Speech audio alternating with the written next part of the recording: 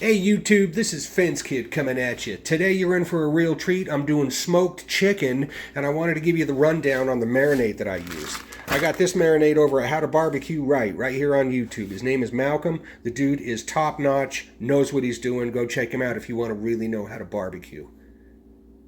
You see, the idea, bro, is to make your chicken taste good before it even hits your smoker or your barbecue, or even your oven. I mean, shit, you could marinate into that, and then go right into your oven and cook them in that, and it'll taste great. What does a marinade consist of? Real simple. Bam! A full container of zesty Italian dressing. Bam! Take your favorite hot sauce, add about a cup of that in there. So the red sauce is going to give you your heat, the Italian's going to give you your tang and all your zip. But we're going to be using a smoker today, probably going with some apricot wood. Sit them out on that smoker for, say, 300 degrees. You want to get them up pretty hot because I don't want this skin to be rubbery. I don't want that. I don't want the skin to be slimy, wet, anything like that. So we're going to go into a nice hot smoke until they're done. And so anyway, we're going to let these sit here for, say, 3 hours, maybe 4, who knows. And then we're going to pop them into our smoker. Kick back, crack a cold one, be patient, and just let those smoke for maybe, I don't know, 3 hours, 300 degrees. Okay guys, 3 hours later, and we're ready to rock. Let's go put these on the pit. But I want to show you something. I like using these offsets, right? These offset smokers. We're going to be using Puff the Magic Dragon on this one. And usually I use charcoal and wood in these, but I'm going to go with the new technique. Check this out, dude. I've got this Bunsen burner hooked up to this propane tank, dude. Right? And on the inside, all I've got is that thing just blasting underneath the cast iron pan, dude. I'm going to be tossing some chips in there to give us that smoke. That's going to keep us at a nice, consistent heat. And I haven't tried that yet, but it looks like it's going to be working. I've tested the temperatures. It holds great, and so this is going to work out just fine, I think. I've got the pit ready to rock, dude. Let's go grab that chicken. Alright, so we got that chicken pulled out. What I'm going to do here before I throw these on this pit is take some of this barbecue rub and give this a nice little coating on here. It's going to give us some good color and a bit of that sweet flavor. Let's get these on the pit right now. Alright.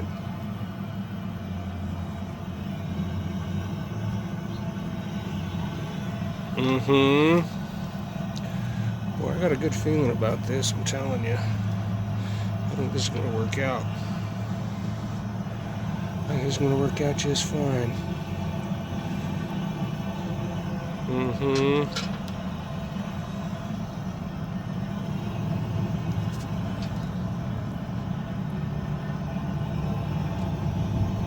Alright. I'm going to take a little bit more of this rub action for the top half of these.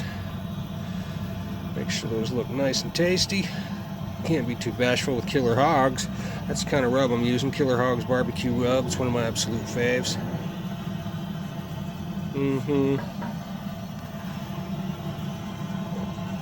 Alright. Let's close it up. Let's toss a handful of wood chips onto that bad boy. I'm going with apricot. Apricot works for me. And that's it. Set it down, lock it in, and you know. Yeah, she's purring like a kitten. I love it. Not too much smoke. It's almost like that. I mean, you can't even see it in this shot, but it's just trickling out of there. Got the butterfly cracked about halfway, and it's just putting out a nice, steady, slow flow of the old good kind of smoke. You know, the blue stuff. I've got it cranked up, dude. You know, here on my thermostat, I don't know if you can see that, but I'm running about 314 degrees right now. Coming down the home stretch, right before I pull this off, I want to see if I can get that skin to sizzle up a bit. Boy, this pit here, I got to tell you, while I'm sitting here talking about it, dude, bring and stop making smokers. They're out of style. This is a 1/4 inch. I call it Puff the Magic Dragon because it's a 1/4 inch layout all the way around. Nice big tough bead welds all the way around. Nothing bolts together. It's all one solid unit, and I just love that thing. It holds temperature sweet. You know, what's that one over there? Geez, you'd think somebody around here is into smoking that. There's your Oklahoma Joe. I'm not a huge fan. It's all right, but the steel isn't nearly as thick. If I could get this gauge of steel in that size, I'd be hitting that sweet. That's what I'm still keeping my eyes open for. You know, you got your classic Weber. You know, you've seen these. These are awesome. I use these for steaks, chops, high searing. Got your green egg over there. You've seen that in one of my vids or two. There's my starter pit right there. You know, a couple pits to work with. I'm just kind of searching around. Look at this. I love that thing, dude. Oh, yeah.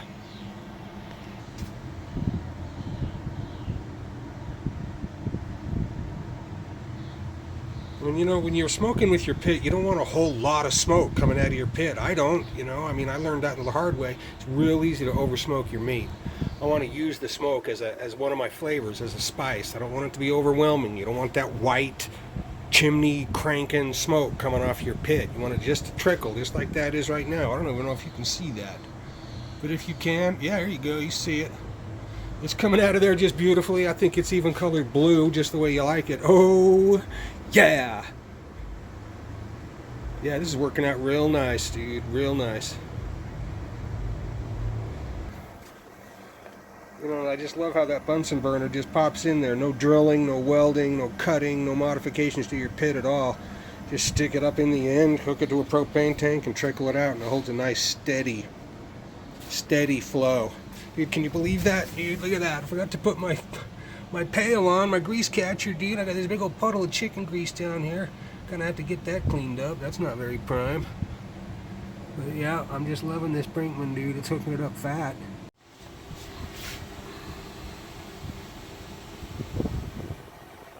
Alright, guys. We're about 2.5 hours into it, and I think we're about done. We just crossed the 160 mark. How's that look?